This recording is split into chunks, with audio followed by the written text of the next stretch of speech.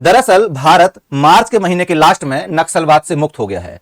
नक्सलवाद का एक लंबा चौड़ा इतिहास हमारे देश में दिखाई देता है। नक्सलवादी गतिविधियां ऐसी गतिविधियां होती हैं जिसमें कुछ स्थानीय लोग सरकार की मशीनरी का विरोध करते हैं। ये सरकार को अपने लिए बेहतर नहीं मानते हैं। इनका मानना होता है कि इनका शोषण हो इसलिए रहा है क्योंकि सरकार के सिस्टम में बैठे हुए लोग इनका शोषण करते हैं। और मुख्य रूप से अगर आप देखेंगे तो आदिवासी कम्युनिटी के लोग इसको ज्यादा सम्मिलित होते हैं नक्सलवादी गतिविधियों में। इसी संदर्भ में मार्च के महीने के लास्ट में हमारे गृह मंत्री जी ने अनाउंस किया है कि अब भारत पूर्ण रूप से नक्सलवाद से मुक्त हो गया है। नक्सलवादी बेसिकली ये शब्द अगर आप देखते हैं नक्सलवादी, ये शब्द आया हुआ है पश्चिम बंगाल के नक्सलवाड़ से। दरअसल पश्चिम बंगाल में एक स्थान है जिसका नाम है नक्सलबाड़ी। वहां के कुछ लोगों ने अपने जमींदारों का विरोध किया। जमींदार का मतलब होता है जो जमीन का मालिक है, वो दरअसल शोषण कर रहा था वहां काम करने वाले लोगों का, या फिर ये कहिए कि जो लोग उसकी जमीन लिए हुए थे रेंट पर या फिर जिसको आप कहते हैं कि पट्टे पर लिए हुए थे, उनका शोषण कर रहा था।